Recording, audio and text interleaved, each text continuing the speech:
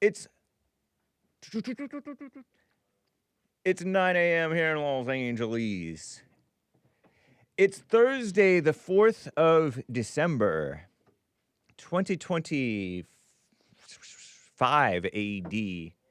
And we're going to have a fun show. Loosey-goosey, the Hake Report, if you so please. Shall I play some, like, Christmas music? I kind of want to. Let's see over here. Where is it? Do. Would it be here? No. Why am I blind? Xmas. Duh. Xmas. Christmas. It's the same thing, all right? It's the same thing. Oh, by the way, I would have to unmute. The views expressed on Hake do not represent Hake, Bond, JLP, nor do the attitudes. And so just relax. It's not a big deal. Take everything that you hear, think, see, interpret, read with a grain of salt from me or from yourself or whatever. Okay? It's no endorsement nor opposition necessarily implied, all right? I don't even represent myself. What do I know? I'm just a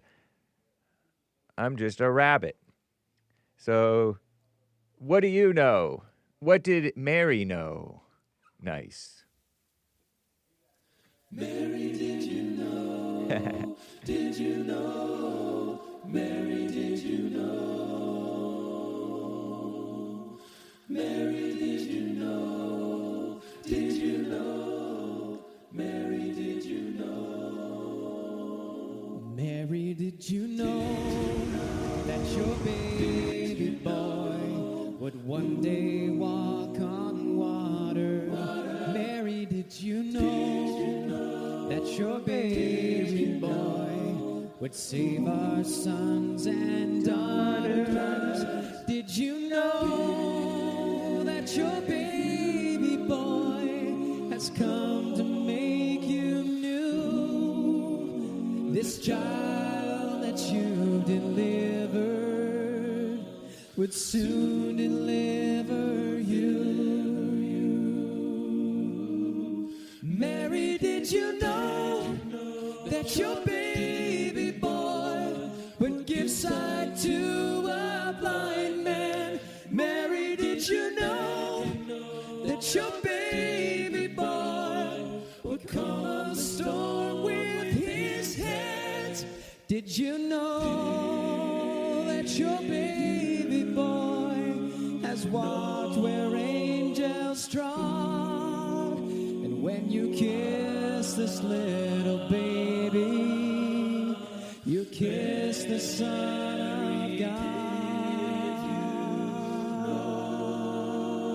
Mary, did you know? Mary, did you know? The blind will see, the deaf will hear, the dead will live again.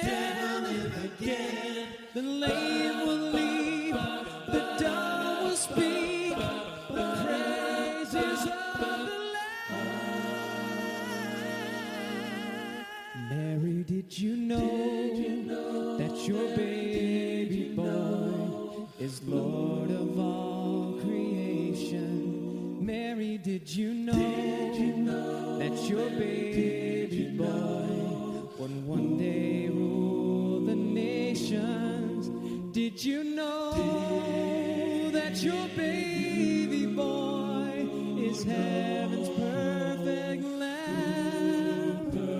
The sleeping child you're holding is the great I am. Thank you. Oh. Did you know? Did you know? Mary, did you know your son would walk on water? Mary, did you know? Did you know? Mary, did you know? Make the blind men see. Mary, did you know? Did you know? Mary, did you know? He'd be the ruler of all nations. Did you know?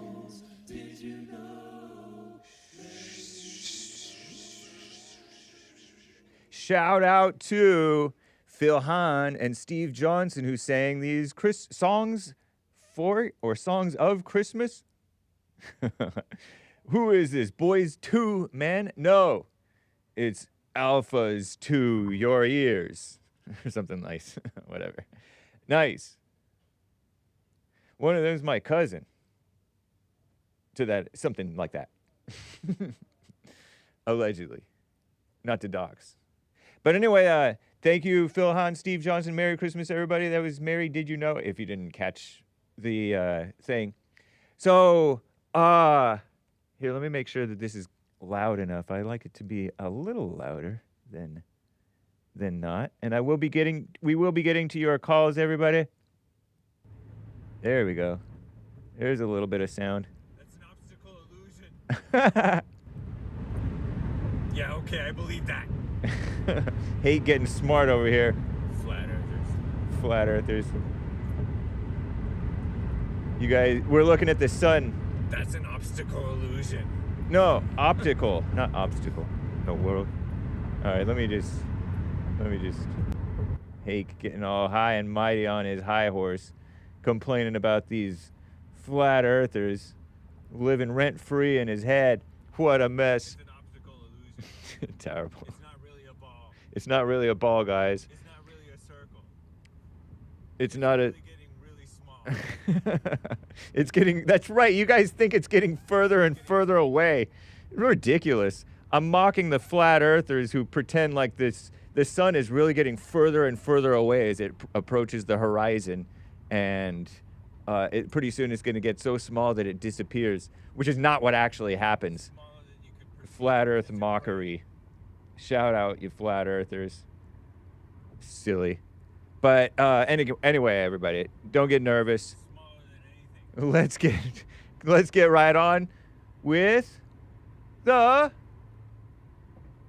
show. 1, 2, 3, 4.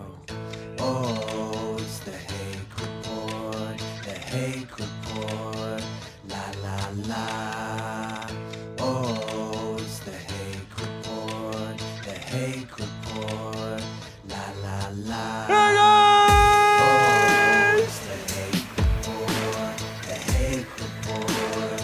La la la. Oh, it's the Hake Report. The Hake Report. La la la. So, how you guys doing? I'm fine. I do have my nice shirt on. I know that you guys are not really big fans of me only wearing yapping. Me only wearing t-shirts. I'm still yapping, making fun of the vanishing point theory people. Ridiculous, actually. Let me just check for some super chats before I get going, because sometimes you give super chats before. Wow, look at that. Sometimes I give super chats. Oh, you know what? Sometimes you give super chats before I know it. Oh, by the way, am I able to set a goal? How many super chats shall I request? All the colors. An hour. THX for thanks. I got THS from 90 pound. X from 90 pound. I won't finish the title of that. But I did see a couple of super chats come in, or at least one, over here on buymeacoffee.com/The Hake Report. Greggatron says, okay, Hake, are you ready to read my super chat? I am. Today's shout out is Goldenruletv. He does numerous excessive ellipses. He's a good guy. Also, Streamlabs isn't as fun anymore. Now that you have YouTube super chats, I guess you win. Thank you, Greggatron. I appreciate it. Yeah, you're welcome to give on Streamlabs, streamlabs.com/The Hake Report, or buymeacoffee.com/The Hake Report, or YouTube. Well, YouTube is over here, or Rumble, or Nowhere, or whatever. You can catch American Anchor Baby on Rumble here sometimes as well. Nice. Nice. Here, let me see if I can find my page. Yeah, see, going live. I'm over here. What's up to Jules? See, don't you hate this? If I refresh, maybe I'll skip the ads. There we go. There's these guys. Well, don't read their usernames, except for Old Saucy and Jules Verne. But it's cool. Thank you, Jesse Lee Peterson and Pastor Shadowley, helping to raid the stream. Very nice. They are the naysayers, we call them. The naysayers.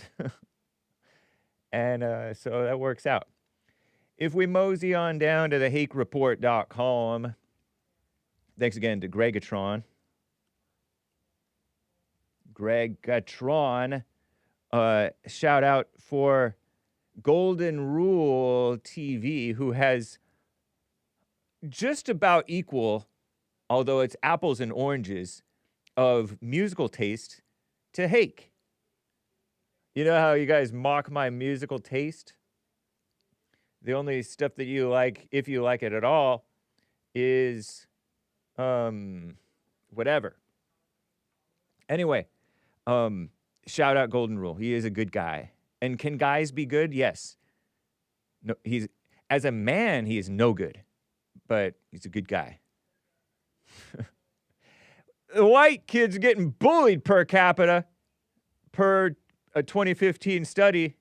White kids getting bullied. I saw this on X. Somebody tipped JLP to it. As the Who sang, you don't know what it's like. This one, John the Noticer. I disclaim noticing. I disavow, actually, noticing. Noticing is evil. Stop noticing. Notice yourself. Don't be noticing those whoever, Jews or whatever. 2015 study looking at bullying in the United States. This is 10 years old, right? The findings suggest that Caucasian middle school students, whatever middle school is, I think it's like 5th through 9th grade or something like that, or 8th grade, or I don't know. I didn't have a middle school. I had elementary, junior high, high school. All right. The findings suggest that Caucasian middle school students experience more bullying than so-called African American students generally. This is a quote, but I'm putting in extra words. They didn't say so-called African American students. I literally was shocked, surprised to hear a peer, you know, somebody my age, plus or minus, a gal my age, refer to black Americans or blacks or black people as African American. I'm like, what? What are you, like, on the news channel trying to be politically correct? Why do you call them African American? But she was just, that's how she was trained to say it. So strange, huh? Crazy. Anyway, there have been news reporters who refer to black foreigners, black people in other countries, as African American because they're so trained not to refer to them as black, you know, black racially. Whatever. What a mess, huh?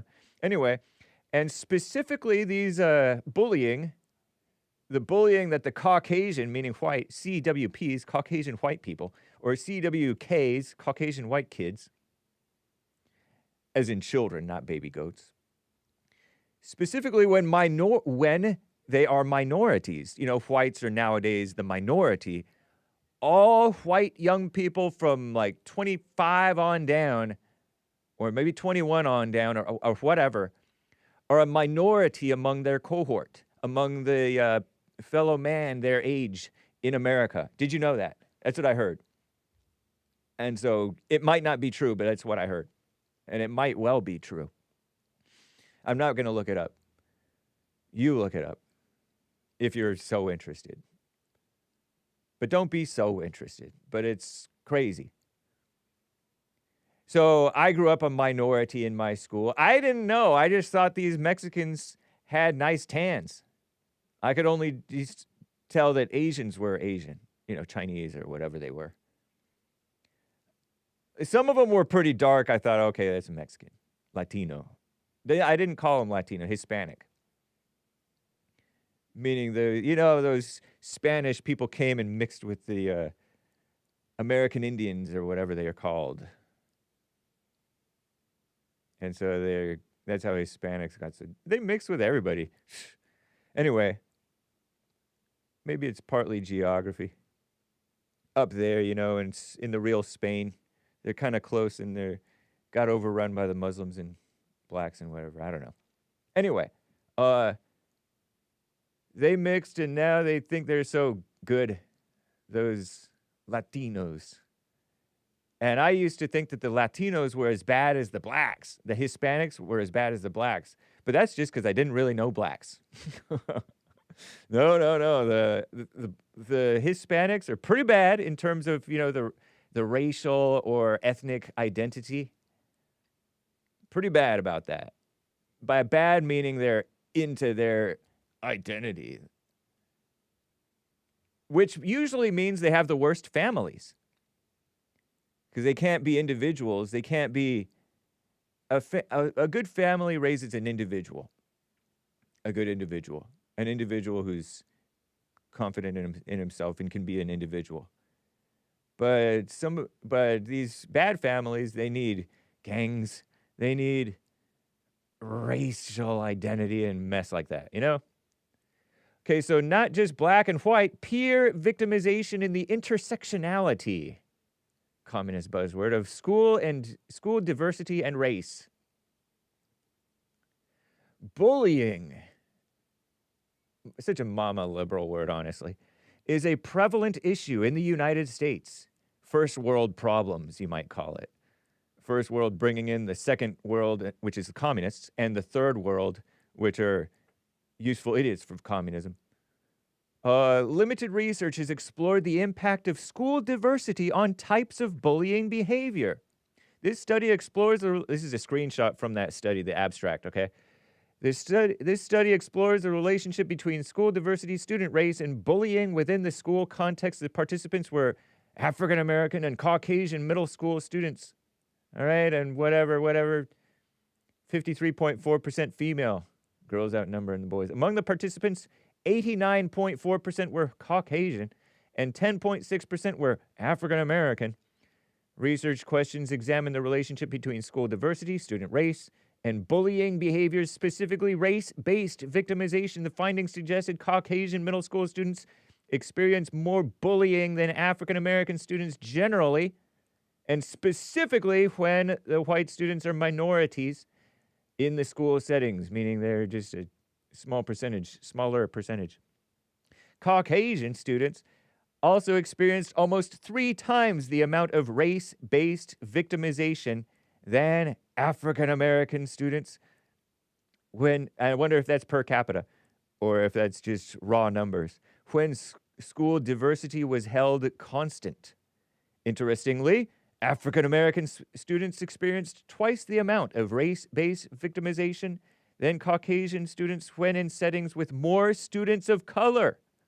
Whoa. Huh? The present study provides insight into bullying behaviors across different contexts for different races and highlights the need to further investigate. We're letting people split their infinitives nowadays. Who cares? Between personal and environmental factors on the bullying experiences of youth. I'll repost this, right? Repost. Also formerly known as retweeting. These ethnic differences, according to John Range on the Noticer, who's noticing I disavow, in school bullying also are confirmed in the UK, in the United Kingdom. All other ethnicities are less likely to be bullied than whites, and almost all are more of the other ethnicities are more likely to be bullies than the whites. So they show that they have this chart here, if you're watching the video feed here. Victims, white, Indian, and this is of course maybe self-reported. It's a survey, what do they know? I don't know. I don't know if it's witnessed or proven or whatever. Blah, blah, blah, blah, blah. Whites, Indian, Pakistani, Bangladeshi, other Asian, Caribbean, African. I guess those are That's in the UK. It sounds like the UK, right? It sounds more like UK demographics than US demographics. Why do whites, even when they're left wing, naturally segregate when it comes to choosing a school for their children? Perhaps this is part of the answer, suggests John the Noticer, who's I've never seen before, but I'm just, this is all purported, right? We don't know. And so he links the link.springer.com and shares the sources. Source, bro? There's your sources. And Paul Smith, a replier, says, not surprising, white people are the least racist group on earth. How racial groups rate each other. White respondents rate each other, I guess that's kind of poorly. Hispanic respondents rate each other either really well or mid-level or pretty poorly. Black respondents really poorly or really well or kind of poorly, you know, like 70%. Asian respondents kind of a range as well. But whites are pretty on the whatever. Interesting. Oh, whites kind of, oh, wait a minute. No. How they rate themselves, about similar with the blacks and the Hispanics and the Asians. Maybe a touch better. And meanwhile, blacks rate whites terribly. And they rate themselves very well. And they rate the Hispanics, sorry, I can't read charts and graphs and things. I can, it's just, you know, got to take some time. They rate Hispanics second best, a distant second best, the blacks do. And then they rate the Asians third place, but ahead of the whites, you know. And the Asians, they rate themselves very high, 80. Blacks rate themselves higher than 80, 85% good. Interesting. The Asians rate the blacks second best, really? And then the Hispanics a close third, and then the whites behind them. Crazy, huh? And then the Hispanics rate themselves the best, and then blacks and Asians, blacks maybe just as ahead of the Asians, and the whites last place. Crazy, huh? Everybody's brainwashed to hate their whites, and when in reality, if they paused and checked themselves, they'd be like, you know what? These whites are all right. White is all right. Crazy. That was the 2021. That's according to electionstudies.com. Who knows? 2021. Whatever. Reposted that. The least racist people on it, group on it. Yeah, very fair. Somebody said that. I forget where, who, and where. What a mess, huh? And even the liberals whom I have covered, I could probably ask Grok maybe. Grok, real quick, just a side note. Who are celebrities and other public figures who were white or Jewish and got beat up or bullied by black kids growing up in school? I'm thinking Henry Rollins, and I've heard of others too. Let's see if Grok knows his stuff. Notable public figures who experienced bullying or assault by black peers in school. Henry Rollins, white, American, punk musician, author, actor, Latvian Jewish descent. As a child in Washington, D.C., Henry Rollins, and he's a liberal, okay? Not a smart, exactly, person. I guess he's a good writer. I don't know. He used to write for that L.A. Rag magazine. Adam Carolla, growing up in North Hollywood, in a rough public school, frequently beaten up by groups of black kids. Recounted being jumped multiple times. So this has been going on for a long time, because Adam Carolla is like in his... He's like a Gen X or boomer. Henry Rollins, also a gray-haired alpha man looking, not really alpha, he's a liberal. Around age 8 in 1969, contributing to his early depression and low self-esteem. Well, you know, part of this is the parents' fault, you know. Larry David, Jewish comedian, predominantly black public school, bullied and physically assaulted by black classmates. I'm kind of glad I looked this up. I thought to look it up earlier, but I'm only looking it up now. Larry David, you know, he's funny. Curb Your Enthusiasm, kind of degenerate. Probably not a Christian, but, you know, he gets into arguments with people. Rob Schneider grew up in San Francisco, all over the country.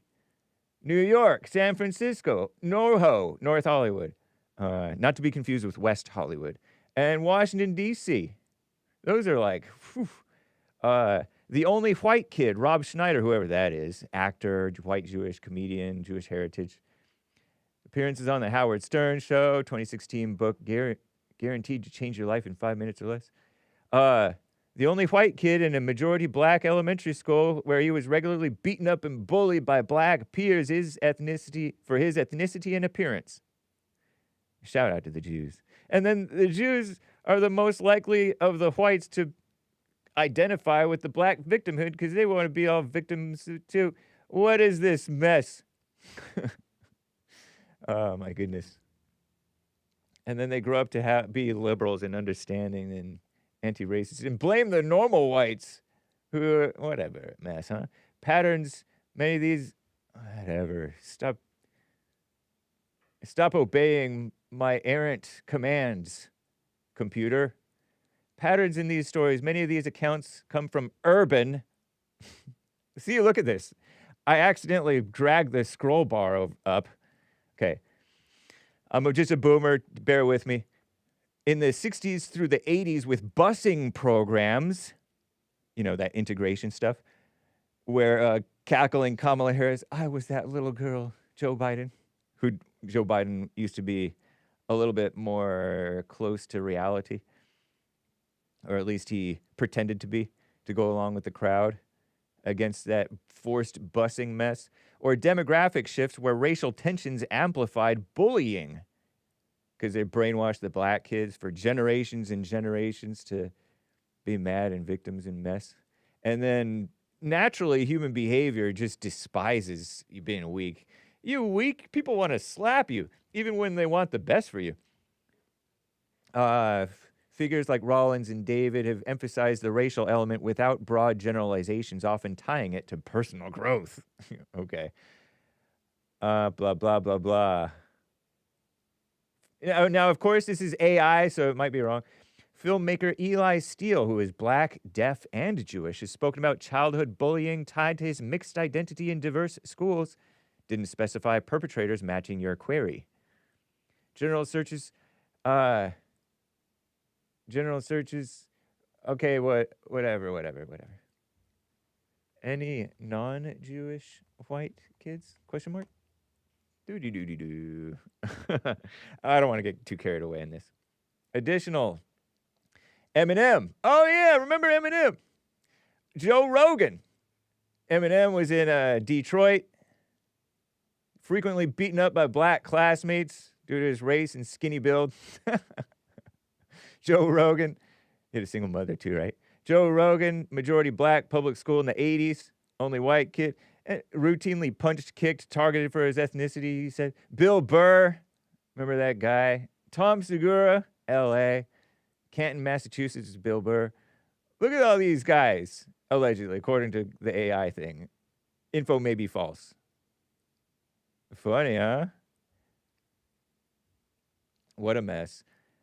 And like I mentioned, it's a shame on the parents, too. Raising the kids to be, oops, I don't know what that was, weak and bullied and stuff like that, right? I think. That's what I say. Oh, Lord. So, shout out. Asking Grok about, Grok knows bullied white / Jewish celebrities. Right on. Bill Burr married black, so it's all good. Scaring C. Hey, scaring C. Totally. I shake my head. Probably bullied to this day by his wife. Poor bully's trying to find the china shop. Exactly. Exactly.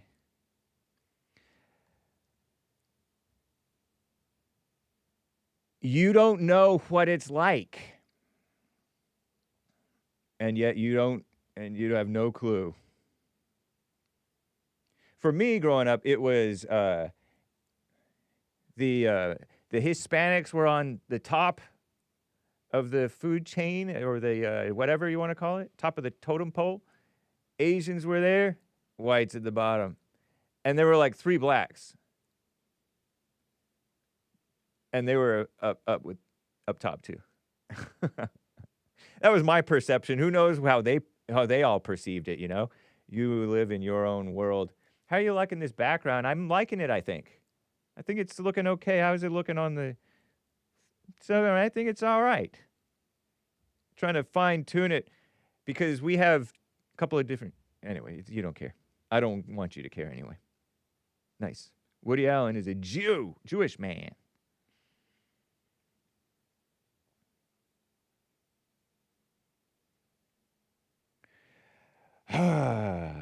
Nice. You can call in 1-888-775-3773. We're here for the callers. Read the room, says I see. Or do you see? Some people actually don't like all my callers. They want to hear me talk. So, you know what I mean? Oppression Olympics champion. That's right. That's right. No victims. No victims at all. I mean, the kids, you could say maybe of their like failure parents and unknowing parents, because they don't know, they're weak, they're pathetic, and they raise you to be weak and pathetic or mean or both, really, to be honest. All right? So that's that.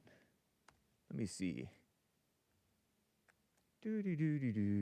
Oh my goodness. What did I just do? Let's do that. There we go. No, let's do that. Me and my quick keystrokes.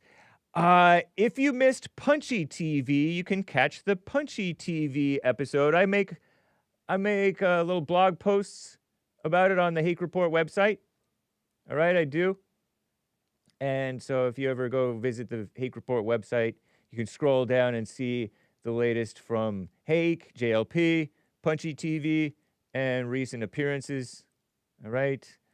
And so I really enjoyed, I am enjoying Kurt's work developing, putting some love into Punchie TV. What are the generations? Generation Beta, born in 2025 and on. Generation Alpha, 2023 to 2025. Gen Z, 1997 to 2012.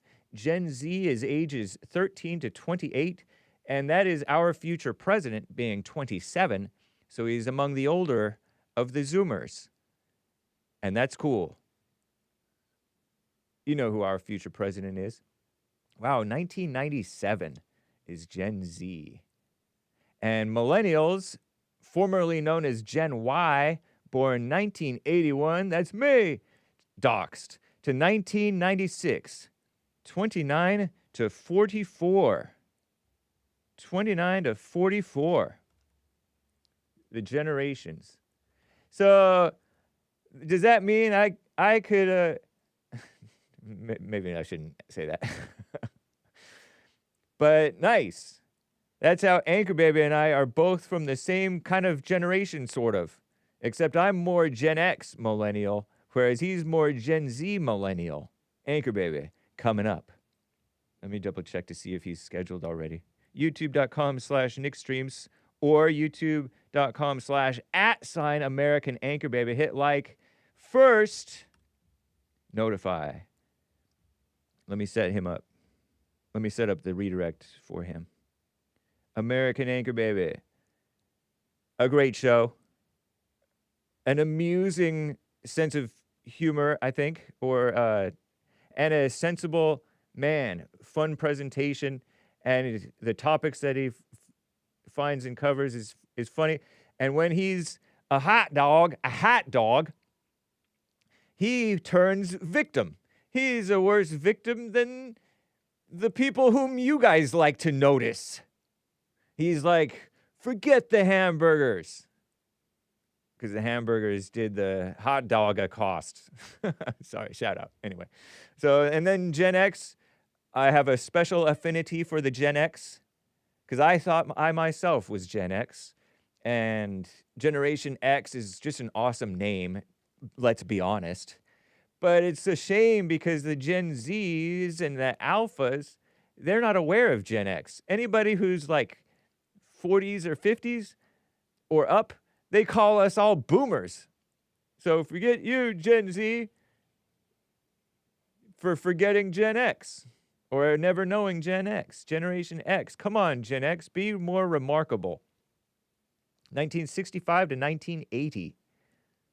I was Gen X for 17 years, and then I turned Gen Y at 17 when I read a textbook that told me about Gen Y. I never liked the millennial term, although it's okay. And then the boomers, 1946 to 1964. 61 to 79. Gen X is 45 to 60.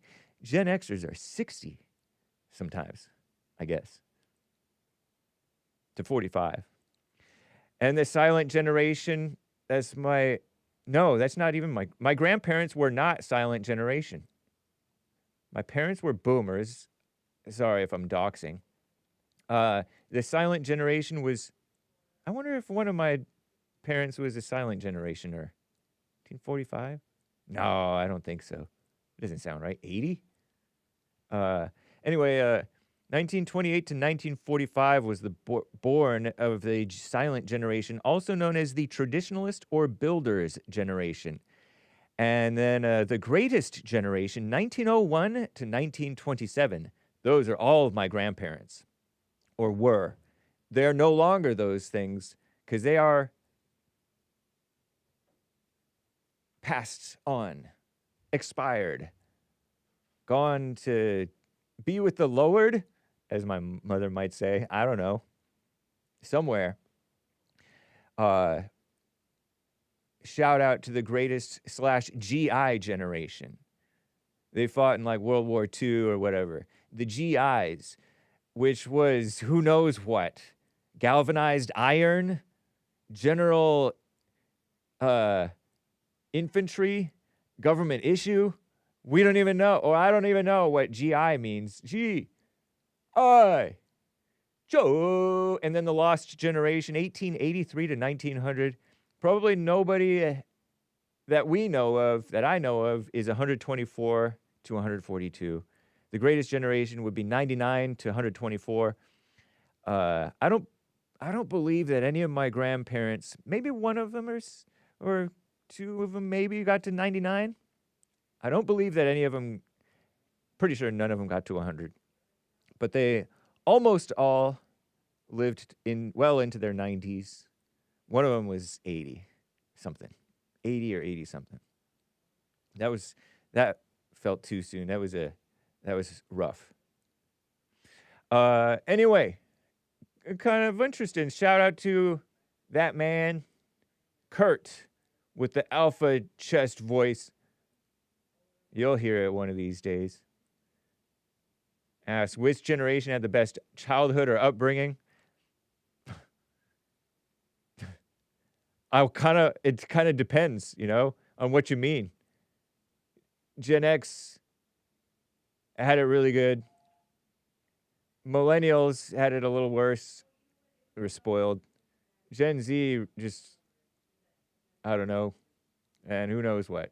So I really don't know. I don't know. There's pluses and minuses. It's like this. And I'm not going to say that meme. Forget you guys. Which generation is alpha or beta? We decided that all generations are beta, except Derek claims that the Zoomers and the Alphas are alpha. Shout out. And which generation is victims? They all feel like victims. It's terrible. The blamers, the boomer blamers, am I right? Which generation, what do the generations think about respect or success or dating or wealth or free speech or technology or quote unquote mental health? Very nice. Very nice. So check that out. It's on Punchie TV, YouTube, and as well as Rebuilding the Man Substack and Punchie TV on Apple, Spotify, Pocket Cast, Overcast, Castbox. Check it out. I recommend it. And you can get your Punchie TV t-shirts. Nice. Nice. He has my vote of confidence. The new producer. Okay, so that's that. I find it so interesting, the generations.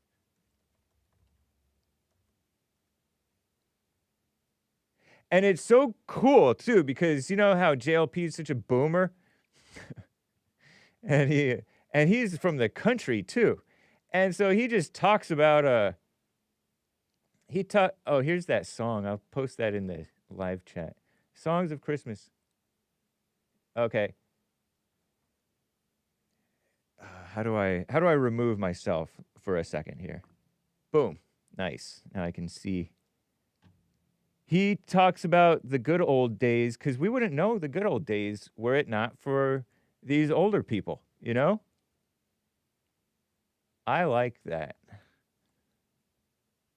Scroll up just to see what's going on over here. What you guys up to? Refresh here. Boy, oh boy, oh boy. And how are we doing here? Nice. I think we're okay. And to look at all that mess. And so that's beneficial. It is. I find it quite beneficial to know, because sometimes that just, it really does open your mind to what was and what can be. I find it like shakes you, you know? Things that you find out. Because people tend to look back at judgment. Oh, slavery. Like they know. They don't know. All judging. It's a shame. Okay, I wanted to share with you this new mayor-elect. That socialist gal whom Terry mentioned probably, well, it wasn't last week, it was a couple weeks now, a few weeks now maybe. In mid-November, Seattle had that, Anchor Baby was showing that that black Japanese guy who's the current mayor of San Fran. He's being replaced by this gal, Katie Wilson. And she's like, we will not allow grocery chains to close stores at will. There she is. Oh, this makes me nostalgic for Seattle. Look at that, how pretty. Katie Wilson for mayor. This is from November 12th. And hopefully this doesn't blast your ears. Twitter X, that is, tends to do that. I'm going to start it low. Access to affordable, healthy food is a basic right. We Communist. cannot allow giant grocery chains to stomp all over our communities, close stores at will, and leave behind food deserts. Together we can build a Seattle where fresh food is for everyone, not just for those who can afford it. Boo. Food deserts are not natural. Corporations create them when they abandon our communities. Wait, what? Food deserts? As mayor, I'm excited to step up and with UFCW explore public option grocery stores to fill those gaps. Evil. We want access to What a psycho, ridiculous woman, huh? Food deserts. There she is, mildly attractive. Button up your shirt, that's scooping. affordable, healthy Access, human right. Be quiet, lady. Food deserts aren't natural. Stores create them when they leave our community. And wokeness is quoting her. That's right, it happens. You know why they leave? Because of your communism. Wait a minute.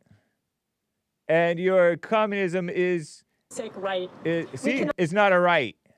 It's a need. And I bet you in all these food deserts you can find a way to eat healthfully and on the cheap. When I used to listen to these based young up-and-comer Jewish conservative people, they would talk about how a whole bucket worth of here, where am I? How do I do this switch thing? Hey, I'm learning, right? I'm learning. Bill would be proud of me. I run my own show now, kind of. Nice. You can buy a whole bunch of oatmeal for cheap. And you don't even have to put milk in it. Nor do you have to put coconut milk or almond milk or soy milk. You can just put water in it.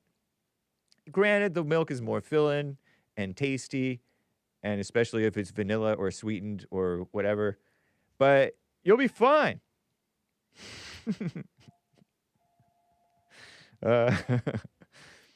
Hake being mad at a gal is funny. Using that old boomer terminology, gal. She could pull off that shirt Hake is wearing up there. It says alias name. He's been calling my shirt feminine. I wonder if I ought to be wearing a size large. I feel like it fits me okay, but sometimes the shoulders go up a little. Should I unbutton one? I don't want to be too... I need to get back out to some sunshine. I've been indoors too much. Am I looking pale? Hopefully I'm not getting sick. But you can eat well, and it's actually cheaper than eating unhealthfully. And you're more satiated. Because you notice when you eat unhealthfully, you are like wanting food even though you're full and feeling sick. And you're losing energy. Because there's... no, kill the ego. And so it's...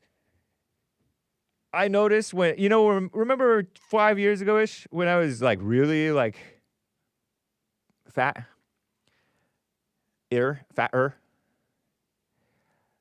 When I started eating the fruits and vegetables too, or whatever, healthful, normal stuff, buying stuff from the grocery store around the outside, I didn't even really need the rock stars and monsters,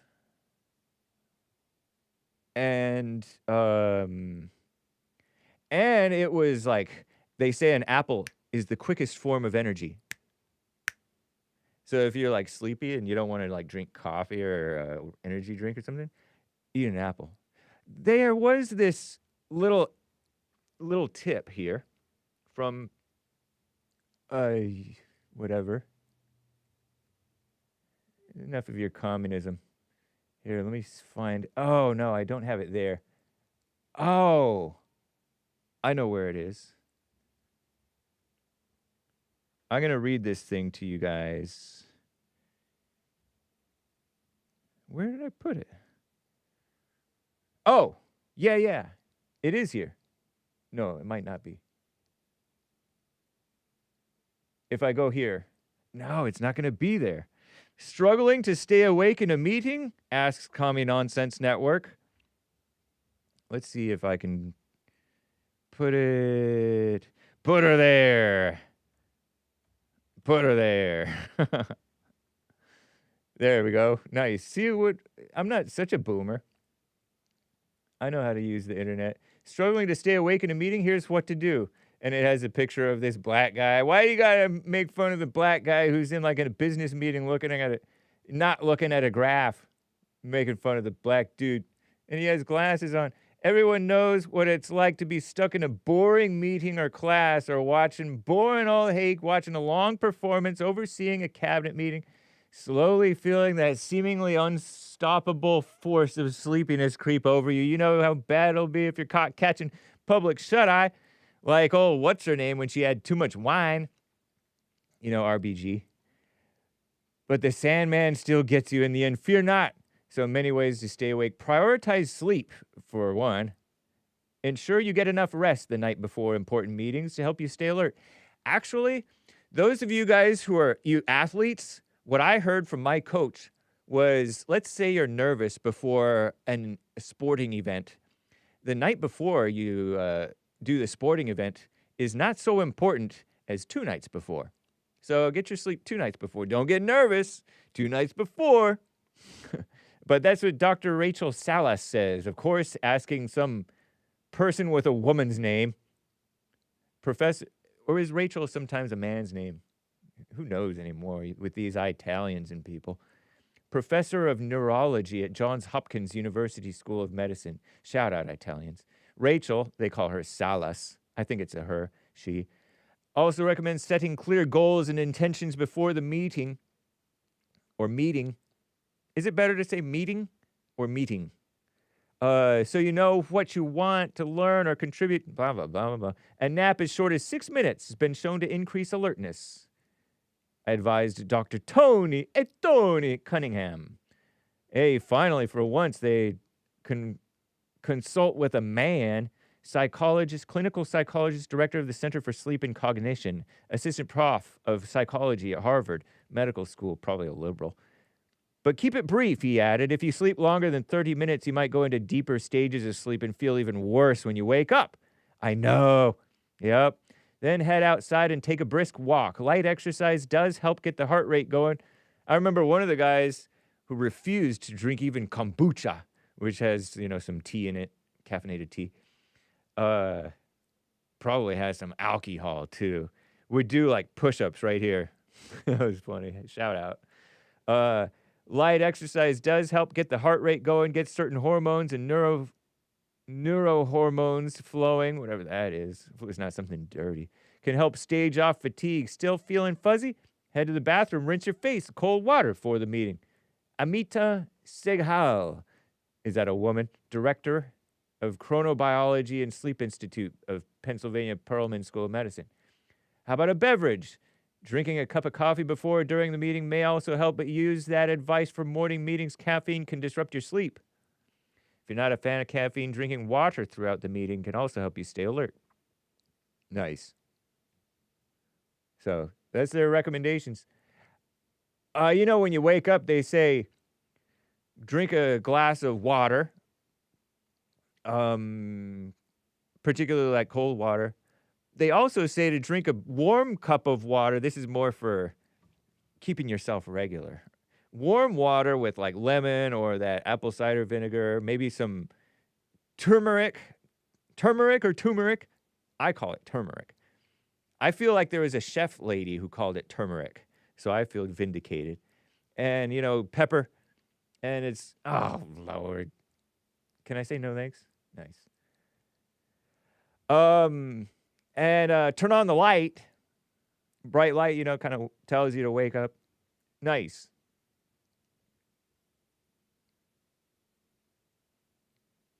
I remember if I would exercise just before bed, like full-blown exercise, I couldn't sleep. So maybe that'll help if you exercise in the mornings if you're able to. Anyway, nice. Dark room.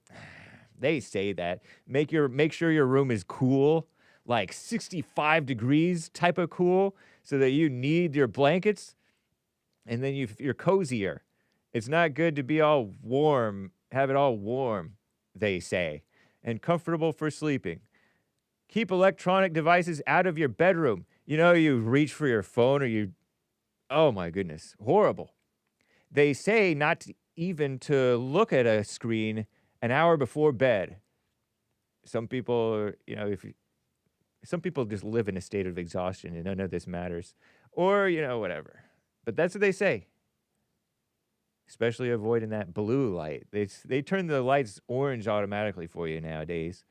Set a bedtime schedule. You go to bed and wake up about the same time every day, even weekends.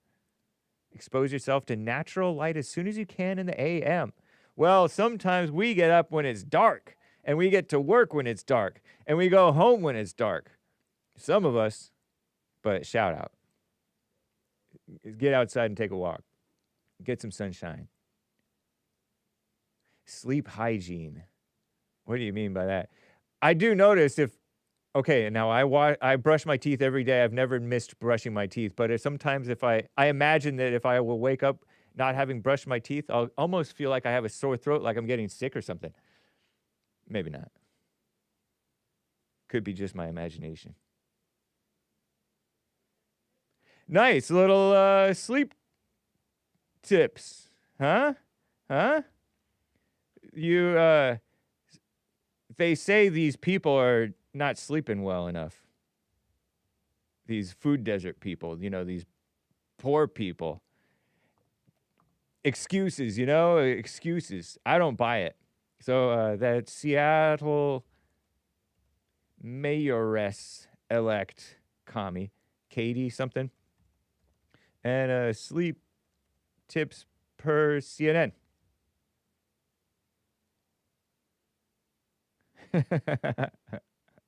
All right. So let me get to a couple of calls here. I see you. I see.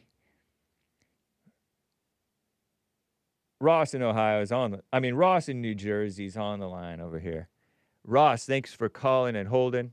How you doing, man? Good, Hake. How are you doing? I'm doing fine. Thank you. Well, I was watching your show today, and you pulled up that chart of different generations. I just happened to write them down, and I was going through the numbers where it divides, like it takes the time from the time they're born to the time that it ends. And it was pretty interesting because it started out with the lost generation at 17, the great generation, or the great GI generation at 26, the silent at 17, the boomer at 18, and then it goes into the Gen X, the millennial, and the Gen Z, I guess. They were all 15, 3 in a row. 15 all years, odd huh? and even numbers. What's that? 15-year spans, huh? Well, the last 3 had 15 years. But the difference that I saw was each one has got odd, even, until it came to the Gen X. And that was an odd, and then millennial was an odd, and Gen Z was an odd, until now we've gone back to the new one, the last one, which was 12, which each generation seems to be getting shorter. Yep. But they're still constantly jumping, you know, but it took 3 odd generations to catch up to the even. Yeah, by even, you're talking about the even numbers of what they decide to split up the generation cutoffs. Beginnings and ends, yeah. Like the difference between each generation. Stuff is changing.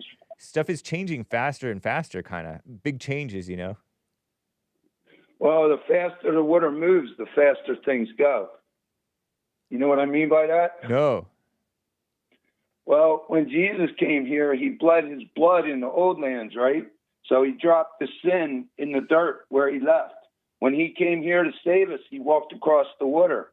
And when he brought the water here, the water was our saving grace because he lifted us back to the sky, to God. If you understand what I mean. And when we forget about the water and we start flushing into it and dumping into it and trashing it, we're giving disrespect to God and Jesus because we're trashing the water that Jesus gave us. And what is the water? What do you mean by that? Is that a metaphor for something? What's the water that Jesus gave us? The water? The rain. Oh, the rain? I can tell you're from New Jersey because you say water.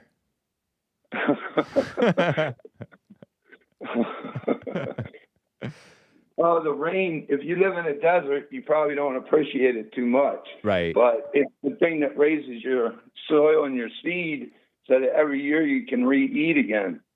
And the more pollution that goes into it, the harder it is to figure out if you're crazy or not.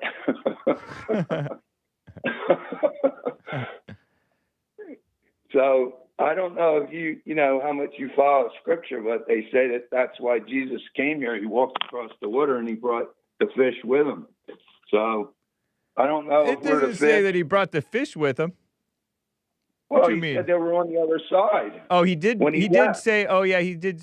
He did say, "Oh, cast on the other side," or something like that. Right. So when he came to the new land, that tells me he came to the new land. with the water and the fish. You're talking about the New World? The New World. No. Are you Mormon or something? No. What do you mean by new land and new world? The New World, the United States, when he came here. No, you didn't come here, I don't think. Yeah, he came here. I mean, he's Didn't here they come- through us, through the Oh, he Christians who through came the here. church. He came here through the church. Right, but not by not by walking on water. How do you know he didn't walk across Alaska when it was frozen? Because he wasn't on that side of Europe or Asia or wherever, I don't believe. You don't think they walk across the at the top of Alaska where it used to connect? I think the American Indians' ancestors may have done that, but I don't think Jesus did that. Well, you do remember the Indians, whenever they would go north or south, they would always follow the creeks. When they would go east or west, they would always follow the sun. So their path may have changed a little bit, like a fan walking east to west, but it would always be on the same trail because they followed the sun. And then when their children started dying, they said that God put their children in the sky to lead them. I tuned you out. Say that again. Sorry. I said the Indians, when their children started to die, God put them in the sky so they could lead them at night, so they could walk at night. Where did you hear that one? It's on any of the Indian channels you watch from. Oh, really? The olden days, from when families were tight. Yeah. Interesting. But the Indians, when they went north, they didn't follow roads. They didn't have any roads to follow, so they had to put canoes in the water and go north or south. So it was a lot harder. So they would find good places to stay in, and they would set up camps and grow communities, and that's how they lived. Oh. And that's what cities turned into, like the original communities. We're just in a time zone right now. It's a lot further past than when they lived. Interesting. All right. I just wanted to check that out with you, see what you thought about that big, it just keeps getting shorter, it seems like, each generation. Yeah. Yeah, it does. It's interesting times, I guess. I hope it changes. Yep. All right. Thank you, sir. Take care. You as well. Ross in New Jersey. He knows some legends. I'm looking at a post on Reddit. How did humans cross the Bering Strait into North America if the path was blocked by enormous glaciers? Or glaciers, if you're one of those people who pronounces things really correctly. There's Asia, there's the Bering Land Bridge, and then there's Alaska, and then there's Canada, all white. And where were the glaciers or glaciers? Well, you can traverse a glacier, can't you? I mean, people live on glaciers, don't they, sometimes? Or camp on them? And it's this pretty cool. So this Bering Land Bridge was when the water level of the Arctic Ocean and the Pacific Ocean were lower in that area. Explain that, flat earthers. And look at all this. The land was bigger in the olden days, and now it's shrinking, I guess. I'm afraid to go and read the comments, although the comments are oftentimes quite interesting and educational. They are also vulgar and cussing and liberal. The liberal part doesn't bother me in terms of showing it to you guys, but the cussing and vulgarness. Let's find out. If some dumb gamer knows a couple of years ago, there are two prevailing theories. Either A, they traveled down a path between the Cordilleran and Laurentide ice sheets that formed as they melted and separated, or B, people followed the coastline in boats down to the lands that were not glaciated or glacier. The reason B is more likely that we have evidence of people in the Americas well before the gap between the ice sheets opened up. So it's likely there was a small group or groups that moved down the west coast in boats, or later groups migrated the ice sheets and blah, blah, blah, blah, blah. Darn, dang, humans are crazy, LOL, lots of laughs. Hat tip to the late, great Colin Flaherty. He says lots of laughs instead of laughing out loud. Or used to. Now, I don't know what he says now. He's no longer with us. So, cool, huh? Oh, they were here first. You hear the Anchor Baby's caller yesterday? Shout out. People think, oh, since they were here first, nobody else can come and dominate. We dominated. What a mess. That's enough education for now, huh? Will you say that? Hey, Popcorn gave a coffee. Let me see if any other coffees came in. Cesar, did I read Cesar or Caesar's coffee? Before I get back to the calls here. Yeah, I don't think I did. Doesn't look like I did. And yes, shout out to Goldenruletv. It's horrible. Cesar or Caesar? Bering Strait, I guess. American Indians. Reddit. Cesar or Caesar? Coffees. 3. Sup, Hake? Even those I despise it, I still have to ask, what ever happened to your Hake Report Santa version that you played last year? I never liked it either, actually. I forgot that I had it. I just might start playing it. I despise it too, man. Hoo, hoo, hoo. That part is kind of funny. But I don't like the nah, nah, nah. Hoo, hoo, hoo. I watched a cop interaction video on. Thank you for the reminder. Let me copy paste that while I'm thinking of it. I suppose I could do that, right? Music, Hake songs, Christmas, up, paste, the Hake Report Christmas. This one. Oh, you mean this one? Have you been naughty or nice? The Hake Report. Hake Report. The Hake Report. Hey guys! Hake Report. The Hake Report. That's enough of that. I watched a cop interaction video on YouTube the other night where a black TV cable installer left an apartment complex, APT, or is it APT? Shout out to that Hawaiian singer, where he was doing a job and stole a heavy package he saw there.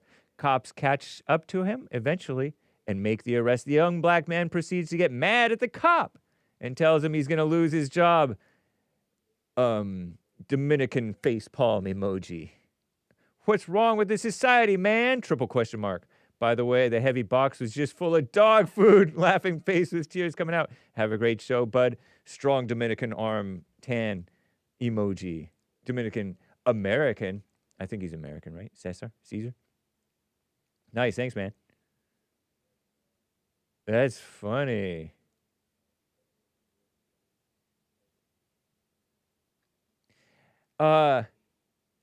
Nice. Thank you, Cesar or Caesar. All right. So. Okay. Popcorn with a coffee here. What are your thoughts on the reporting on the alleged Venezuelan drug boat strikes? Apparently an order was given to strike the boat, set it ablaze, and disabled it. What's in question is whether or not the second strike on the survivors in the water was legal. Are you in the mindset that whether or not it was legal or illegal, who cares, good riddance? Are you more in the wait and see category? It's particularly interesting that in all of this comes in the wake of the video that the Congress members put out informing service members that they don't have to follow unlawful orders and are in fact bound not to. I know, man. You got it set up. Can't you see the setup? They got a lot of heat for that, but if it turns out that the admiral who ordered the second strike was following an order, and that turned out to be unlawful, saying, I was just following orders, orders may not help him. There seems to be finger-pointing and claims of having no idea that it happened. What are your thoughts on this in general, and do you think it puts what the Congress members said into a different light, given that video of Hegseth saying something similar? I don't know what he means, but what you mean by that. Something similar about following unlawful orders. Surfaced recently. Megyn Kelly, a competitor of mine, had what I thought was a particularly disgusting take on it. Very bloodthirsty. And he shares a link to her, to the video clip of it.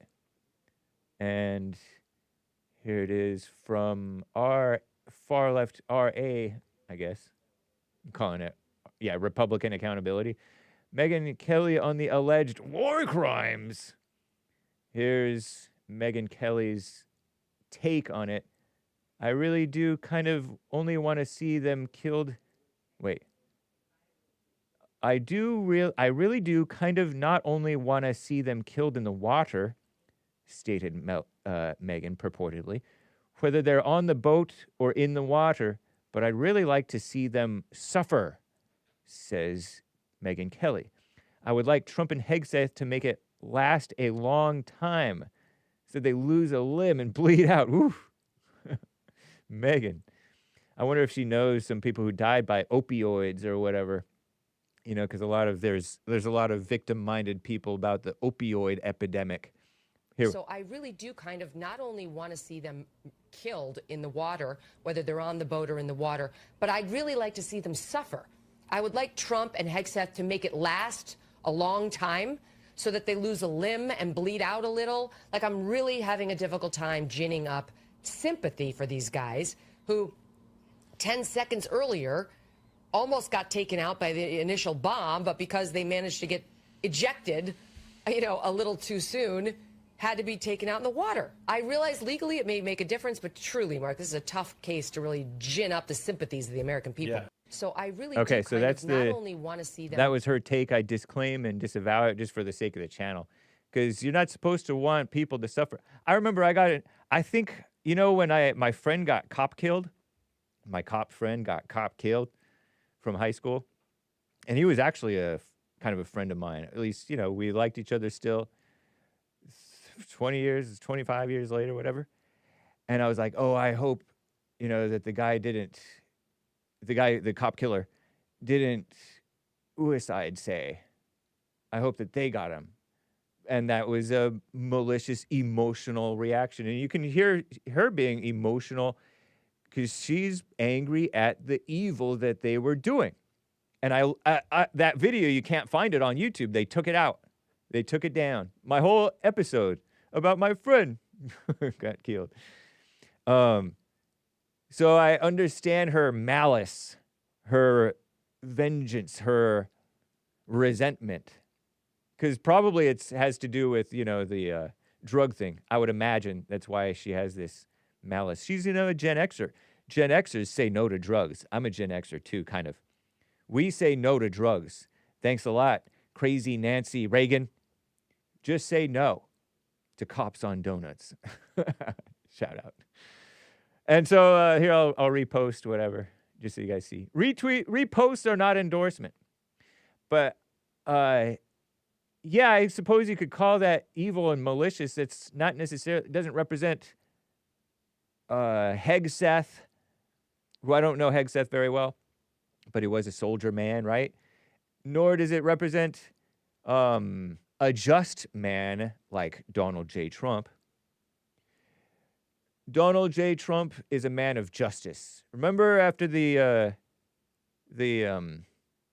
people who allegedly beat and R-worded and brought her to an inch of her life, that Central Park jogger.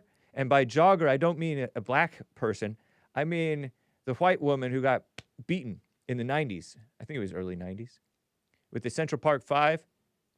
He said, he listed off all the evil things that they did, allegedly, and that they admitted to having done. It was my first R word, ape, Ray. And she lost so much blood, she didn't remember what happened. And they thought she was going to die.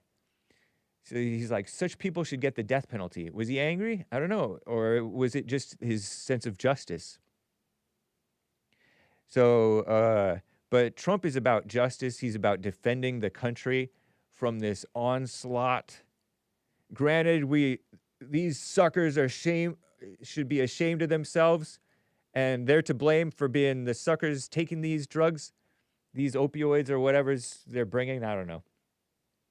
And shame on the dealers as well for bringing in the crime and taking that ill-gotten gain, that easy money. It's evil. But you got to fight on all fronts. So right on Trump. I respect it. I respect the thing. Pastor Chatelet has given examples where Obama did great evil, allegedly, according to the stories of shooting civilians who were rendering aid after they got some terrorists, according to Pastor Chatelet on a super chat during the Jesse Lee Peterson show. Now, I'm not about, he did wrong too. Obama did supposedly wrong too, because I don't even know if this is wrong, what they did. I do sympathize. You know, I'm a sympathetic liberal mama spirit person. If I were to see these guys survive the thing, I would be like, you survived, darn. And then I'm like, what am I supposed to do? It's a question. I don't think that it's necessarily illegal or a war crime. How does it make it a war crime? It's not like they're surrendering. And do you get to surrender after you do that? I don't know. It's not like they're presenting themselves. I get the questions. I get the, what do I do? What's right? What's wrong? I don't think it's necessarily wrong. I don't know. And legally, I don't know. I hear that it's not even really illegal. It's just they're trying to present it that way. Trump is, you notice that they're trying to get Trump in trouble and his administration and these people and undermine and undercut him making the country better. Because the whole aim is to protect the country from the drugs. Because we're too dumb to protect ourselves from the drugs, some of you people. And so that's a wise thing. You want the country to be great? Don't let them be a bunch of druggies, or don't encourage it, or don't enable it. And we've been enabling it. And so we do something that looks questionable, right? And the tender-hearted liberals are all hyped up and following this thing. And these evil, when I say tender-hearted, I don't mean godly tender-hearted. I mean evil tender-hearted. Because they have no mercy for the Trump supporters, Charlie Kirk, Trump himself, Jesus. You know, these are people who would, even the Christians, even these liberal Christians, even some of you Christians would kill Jesus all over again.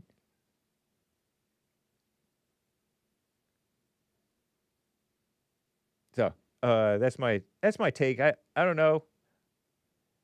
It's not necessarily good riddance. I don't know. I don't know them. I am kind of a who cares. I'm pretty sure it is legal or illegal. I think that illegal question is you're being led by the liberal media. You're not really, I am kind of a wait and see. It's not my fight. Trump knows how to defend himself and those people who are involved. I wish them well, A lot of people get lynched for doing nothing wrong nowadays, especially when they're on the outs. Accountable GOP. Ridiculous. A lot of, the white people, the cops, the men are on the outs. And so they get what I would characterize as unfair treatment. The white kids getting beat up. and bullied. That's my take, Popcorn. Thank you, sir.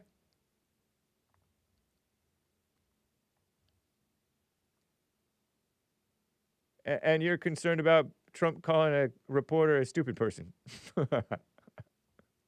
when she's like running interference for the self-destruction of the country, you know? Okay, so drug boat strike. Thank you for your question. I like that. Megyn Kelly. Let's hear from a man. I want to hear from a man. Artie Art in Ohio on the line over here. Art, how you doing, sir? Hey, what's up, Hake? How you doing? I'm doing fine. Thank you. I'm all right. Cool. Good to hear from you. I just, I see the stuff with the fraud and stuff or whatnot. Excuse the echo. I'm at work and stuff in the basement. Oh, no, you sound fine. I can hear the echo, but that's what I figure is you're in an echoey room, an unfurnished room. Yes, sir. Yes, sir.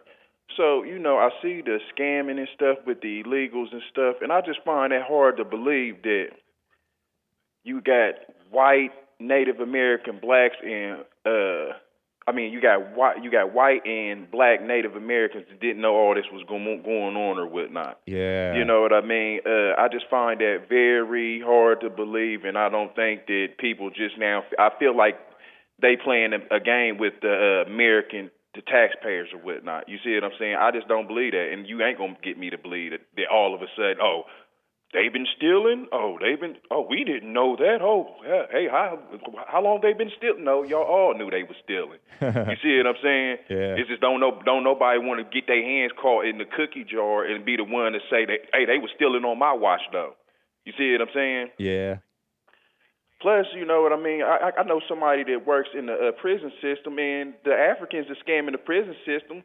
Now, what they doing when they scamming the prison system or whatnot, they something about they using something is called when you call off of work or whatnot, and basically they calling off work and they using the same paperwork for everybody in the building. They use the same paperwork to call off work so they can go back over to Africa to visit their visit their family. So they've been fraud in the prison system too or whatnot, and they know it because the person who I'm talking about that I heard this from is a black Native American or whatnot, and it's for some odd reason everybody's fine with everybody else coming into America's house and stealing from them, and that don't nobody seem to understand it. It might not be right that I steal from my mom or out my own house, but it's my house. You can't do that. Yeah, totally.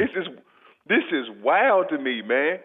The second thing is, and that's another thing that I noticed about even with the person I'm talking about that I heard this from in the prison system or whatnot, that this is something I always say, females seem to always sit back and I brought this up a while ago when I say that most of these females is raising these kids, single parents, they be letting and knowing that they kids be getting touched, but they be scared they're scared to come out and say something because they feel like they gonna get in trouble, or they scared of ridicule. And it's the same thing with this, what I'm saying about them scamming the prisons. A lot of these American females are in blacks, they be knowing what's going on.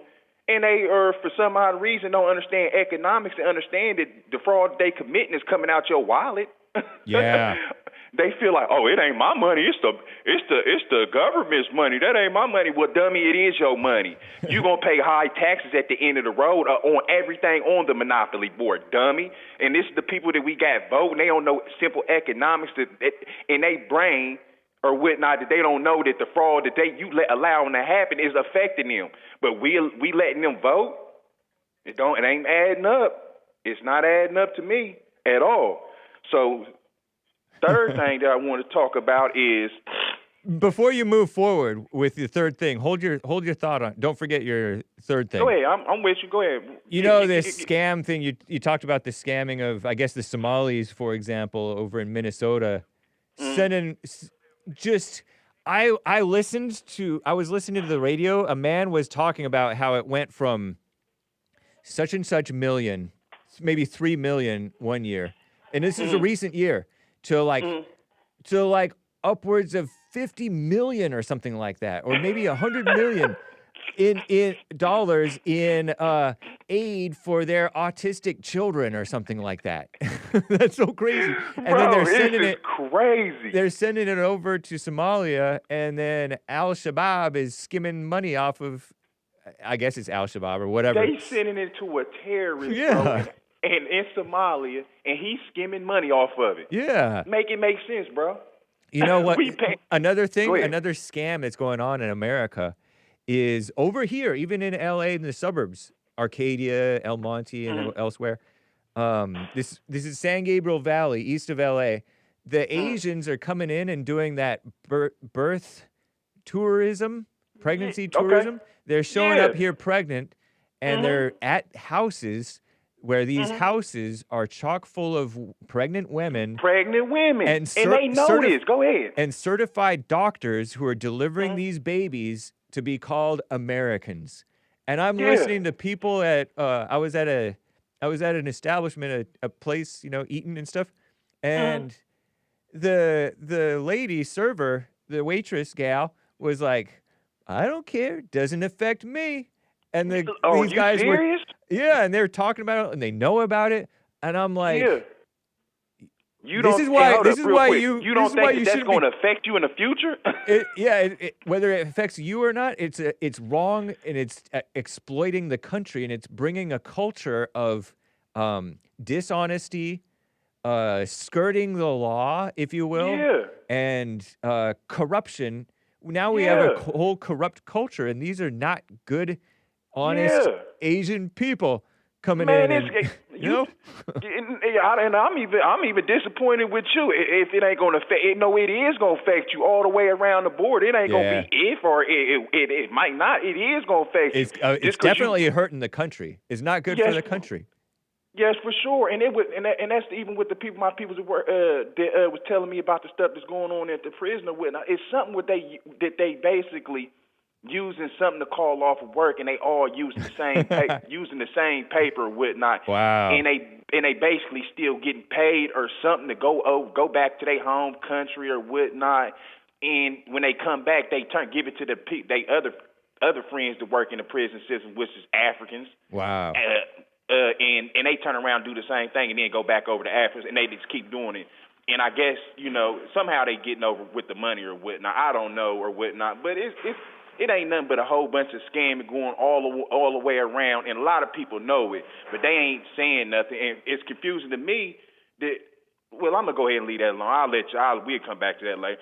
Well, because I really want to talk about General Patton or whatnot.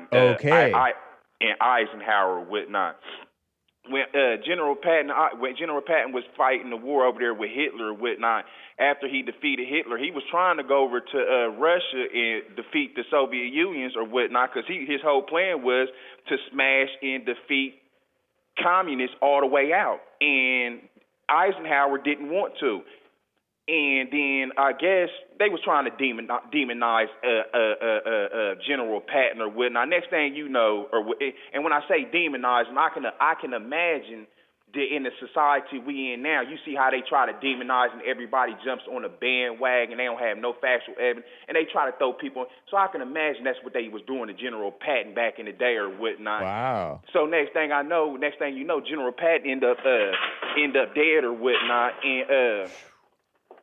and basically, what Eisenhower whatnot, basically everything just kept on the same track. So basically, what I'm thinking or what I'm saying is that, and they didn't defeat Hitler. Most of the Nazis went over there to Chile and over there by where Venezuela is. Yep. They got a big concentration of Nazis or whatnot. And if I know this, you mean to tell me the government and they didn't know this back in the days neither? And I'm going to say that America found it and helped blow Hitler, meaning helped fund Hitler or whatnot. Then they so-called turned on Hitler or whatnot, but they really didn't turn on Hitler or whatnot. They just made it look like they turned on Hitler, because just like I said, most of the Nazis went down to Chile, and they still concentrated down there to this day. Argentina too, I heard. Argentina too. And I was reading about Killing the SS, this book that I was reading, And the Mossad guys, the Israelis, would go down and try to capture these guys or even just kill them secretly. You know, these spies. Crazy. Yeah, but I'm just going to say that man, they not, bro. Hake, man, this all ain't nothing but smoke and mirrors, man. They ain't trying to do nothing, man. Who's that? What do you mean? Who's not trying to do anything? I mean, I love Trump to death. Oh, I love Trump to death. Oh, you're saying Trump is not trying to do anything? No, I'm not saying Trump. No, I'm not saying Trump. Because it's not Trump. You can't put everything on Trump. Right. Trump is only one person. Trump didn't start it. You see what I'm saying? He just trying to do what he can to fix it. So I'm not trying to badmouth. I'm just saying. Right. And when I'm saying, okay, let's take. So you're saying the government, the powers that be, aren't trying to do anything to stop the scamming? No, they ain't trying to do it because just like Patton was saying, is you can't play with communism. You got to stump communist. Patton, you got to stump communists out. You see what I'm saying? You can't play around with them because they going just what they try to do with Trump. That's what they try to do. They gonna try to off you or whatnot. So you can't be friendly with communists. Right. So you seem distracted there. Go ahead. Yes. So you can't be friendly with Sorry about it. I'm repeating myself or whatnot. Being way distracted. So I understand. So what I'm saying is now, if General Patton was telling them back then that you can't be friendly with communists or whatnot, and we still in 2025, and they still trying to be all pissy-passy with communists still to this day, and it's worse than what it was. Yeah. Where are we going? At what point are we gonna be like, hey, it's time to go ahead and nip this in the bud or in the butt or whatnot? And that's all I'm thinking. It's all the way back since General Patton and Eisenhower. We've been trying to figure this out all this time, and still in 2025, we still ain't got it figured out. Yeah. We literally have communists openly in front of you. Tim Walz, the lady in Seattle, that's communist. Right. It totally is. And truth be told, remember I was telling you like a couple weeks ago that they ain't doing it but trying to wait for Trump to get out of office. That's what they did in the Vietnam War. They called it fragging or whatnot. A lot of the soldiers was turning on their generals and throwing grenades in there, blowing their own generals up because they didn't want to follow the orders or whatnot. That's crazy. And a lot of the generals were saying that the soldiers, like something that, like, say me and you was going into battle, so we walking. So the walk is really only 10 minutes. They were intentionally walking so slow they wouldn't get to the battle in 30 minutes. So they basically, going back to what I was saying, with what they doing right now with Trump, they slow rolling or whatnot, and that's what they was doing in Vietnam or whatnot. And it's going back to what I'm sitting here saying. Yeah, they intentionally moving slow, and Trump needs to pay attention when you see a lot of these people retiring, Marjorie Taylor Greene, all this stuff. It's like me and you being in the club. If I get to see too many people moving around, I'm clutching. You see what I'm saying? I've got my hand on my waistband, and I'm figuratively saying that. Too much movement means that something probably bad is getting ready to about to happen. This is just street knowledge that I have or whatnot. When we get to see too many people moving around, we get real suspicious. So Trump needs to definitely be and keep his eyes on the ball or keep his eyes on his enemy, because that's what they either trying to wait for him to get out of office or they gonna try to get him again, try to attempt to assassinate him again. That's true, man. Crazy. Yep. So, go ahead. I just want to try to talk to my American people and you, man. Try to put y'all up on game so y'all ain't letting them rock y'all to sleep. I appreciate it, man. Good to hear from you, I'll Art. catch you later. Hey, thank you for being patient with me too, big brother. All right. Take care. Yes, sir. Yes, sir. Yep. Bye. Patton. He said, according to far-left Google AI, General George S. Patton, a strong critic of communism. Now, some of this info may be false, I disclaim. And the Soviet Union, viewing them as the future real danger to Europe. He expressed anti-communist views in private, believing the U.S. should have fought the Soviets instead of the Nazis, advocated for rebuilding Germany as a buffer against Soviet expansion, His strong opinions, including derogatory comments about Russians, led to his removal from command. Wow, I didn't know that. As military governor of Bavaria. And was that Eisenhower who removed him or what? Or was Eisenhower a bad guy or a good guy? Believed the U.S. to be fought the wrong enemy, famously quoted as saying, "We have fought the wrong side, fought on the wrong side." World War II. Believing the alliance with the USSR against Germany was a mistake. Saw Soviets as a future threat. He predicted the rise of communism and believed Russia was planning for world domination, calling it the real danger to Europe. He opposed denazification. He believed destroying Germany was a mistake and it should have been rebuilt as to act as a bulwark against communism. Used derogatory language. He referred to Russians as Mongolian savages and had expressed anti-Semitic views, which contributed to his controversial reputation. I see a lot of people express, and they put it all one word with no hyphen, because they're not Christian and they just totally think differently. They don't think in terms of the real freedom of speech and the real Second Amendment and the real morality and decency and love for one another. Advocated a stronger stance against the Soviets. He believed the U.S. and Soviets should have been prepared for a future conflict, and the U.S. should have been more forceful in dealing with the Soviets in 1945. Removal as military governor of Bavaria. There's suspicion surrounding his death. Some theories suggest his outspoken views in opposition to post-war cooperation with the Soviets may have contributed to his suspicious death in the car accident. Who knows? Who knows? Some people act like they know. I don't know that anybody knows. Especially not the chat.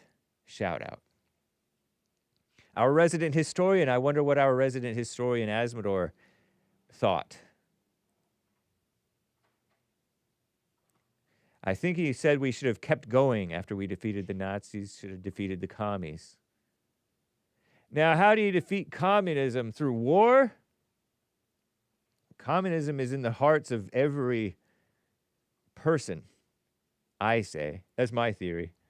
That we're born into communism, which is to say sin. Because communism is all about sin, right? Isn't it just all about exploiting and giving a false mama solution to your to the supposed problems and to some actual problems, but misdiagnosed problems, and it's all backwards and evil and exploiting the weakness and evil of human nature? That's what that is. So Patton on communism. Interested. And we are born into communism, which is to say sin. Would you agree with me, Terry? You're communist expert, ex-communist. Anyway, ask a woman.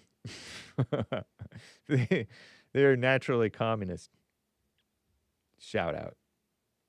Not the right kind of naturality, of course.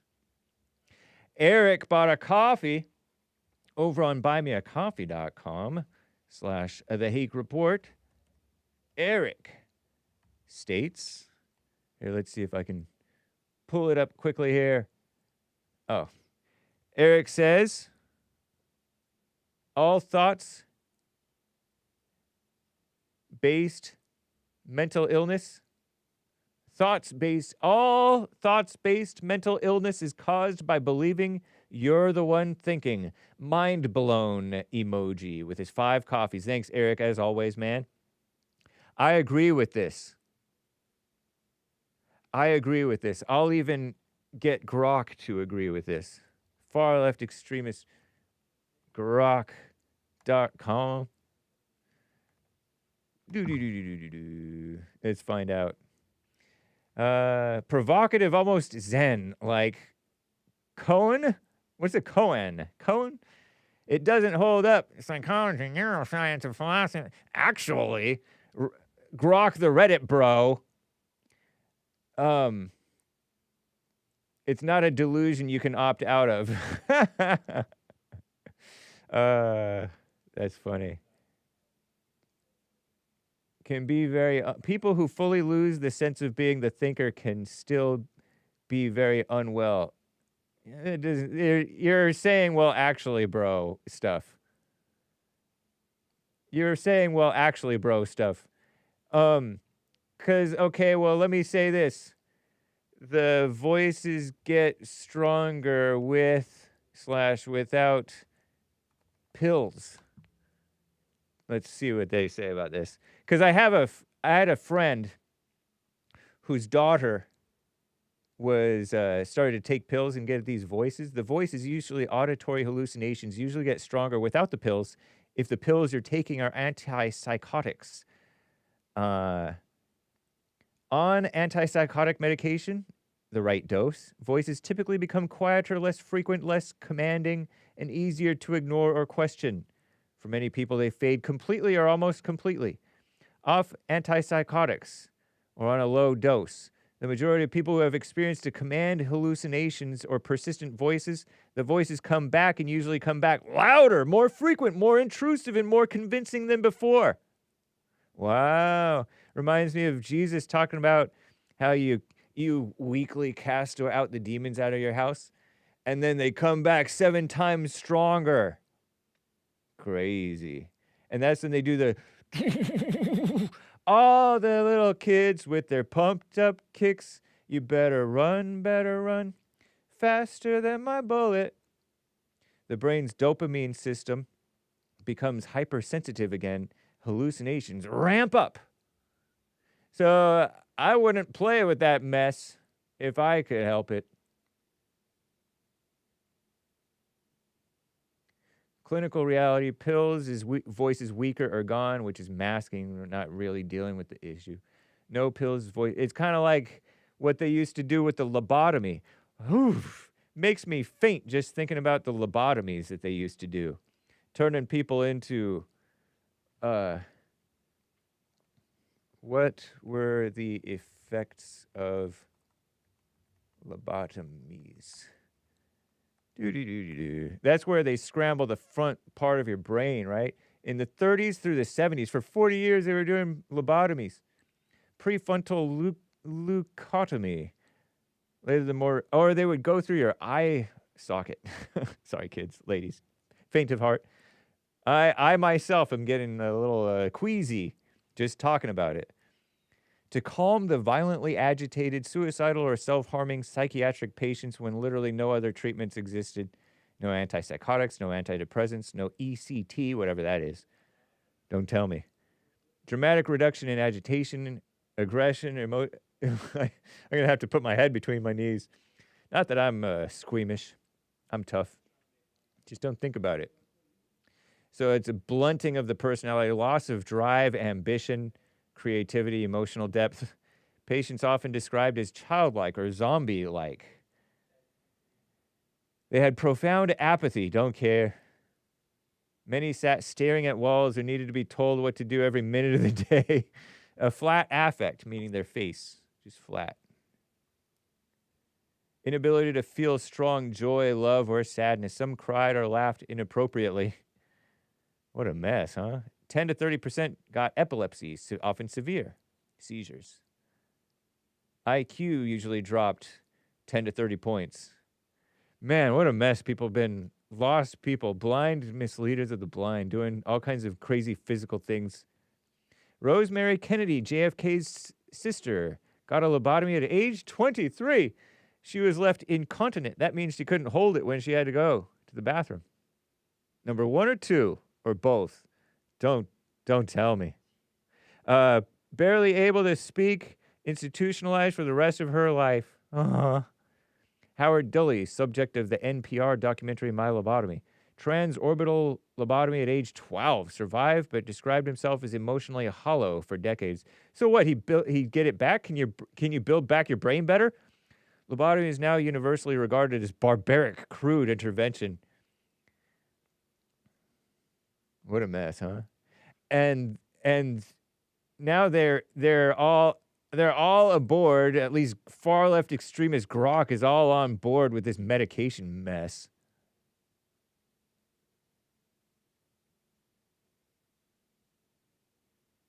Terrible. Thank you, Eric, on your believing this stuff is you. Oh, my bad. Buy me a bad. I never used to like that, so I didn't like the fact that I fell into saying that. My mistake is better English, I guess, with an exclamation point. That way you don't need to have a verb or a preposition or whatever. With an exclamation mark, you can have an incomplete sentence because it's an exclamation. That's a little grammar for you guys, kids. All right. So, yeah, Katie Wilson. Where's your husband? At home. You know what? These gals. Sorry about the lobotomy stuff. Oh, pills, lobotomy, believing your thoughts are you. Grok, pills, lobotomy. Terrible. These gals, hopefully I can get this. Cheap cars in China. You know how China's cars are cheap compared to here? Or did you know that? Communism. Laura Ingraham chalks it up to slave labor in China. To me, it's not right or true. It falls short, in my opinion. They're missing the communism that we have here, because China's not the only communist. And so she quote tweeted, Laura Ingraham, this is a competitor of mine. She's a mom, author, host, the Ingraham Angle and Fox News. Let me repost her. And she rightly says reposts are not endorsement. And so this person, Palmer Luckey, if you have ever heard of him, he talks about how cars in China are cheap. Hopefully they don't, they're probably going to cuss because this is a competitor's. Like, you know why these cars in China are cheap? It's not magic. It's because the cost of resource extraction is lower. The cost of making steel and aluminum is lower. The cost of building a factory is lower. And that's why you're able to buy an awesome car for $10,000. And I heard that China actually subsidizes their businesses, do they? And they subsidize sometimes the exports or importation into America and stuff to undercut us, something like that. In China, and here... Hopefully he doesn't cuss. If they cuss, I apologize, I guess. Cheapest thing you can buy is a shit box. Oh, he got me! Forget you! Palmer Luckey. Shablip box. Thanks a lot, dude. That didn't even sound cool. At least if you're gonna cuss, sound cool cussing. But don't cuss, kids.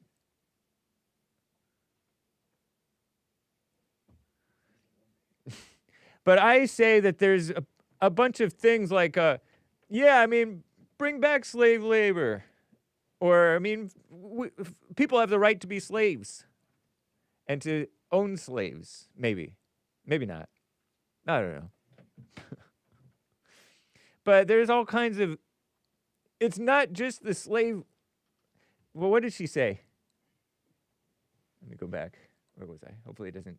Yeah, slave labor is cheap. Thank God we don't trade our freedom for cheaper cars. Yeah, but we don't have freedom. That's why our cars are not cheap, Laura Ingraham. It's a nice quip. I guess it's maybe part of it, but see, I should have seen it. It's a mess.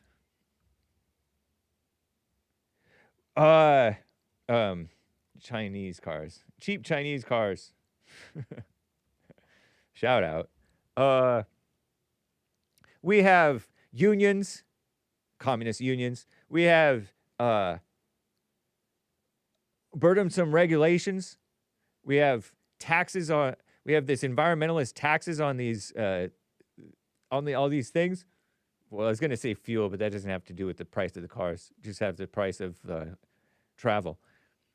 But all kinds of mess, regulations, and minimum wage.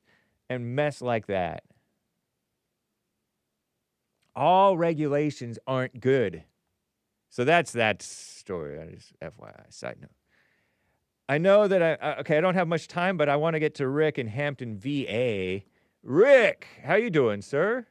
Man, what's up, Brother James? What's going on with you, man? Hanging out, getting ready for the Anchor Baby show coming up right after this. Cool. Come call that boy show too, man. Man, man, what do you think about the Minnesota governor, man, getting caught up with all these Somalis, man? I'm telling you, man, they bringing all these different people in here to keep them in power. You know what I mean? What do you think about that, James?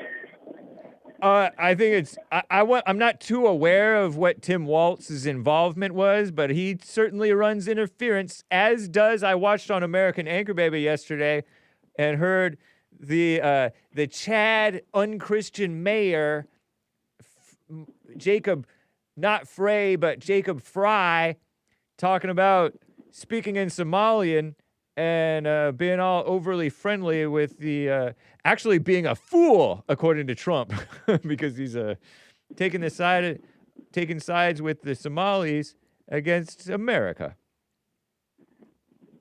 Well, you know what? And the Democrats know that, and they keep bringing all these people in to tell the country from within. No one holds them accountable, seem like, man. Right, yeah.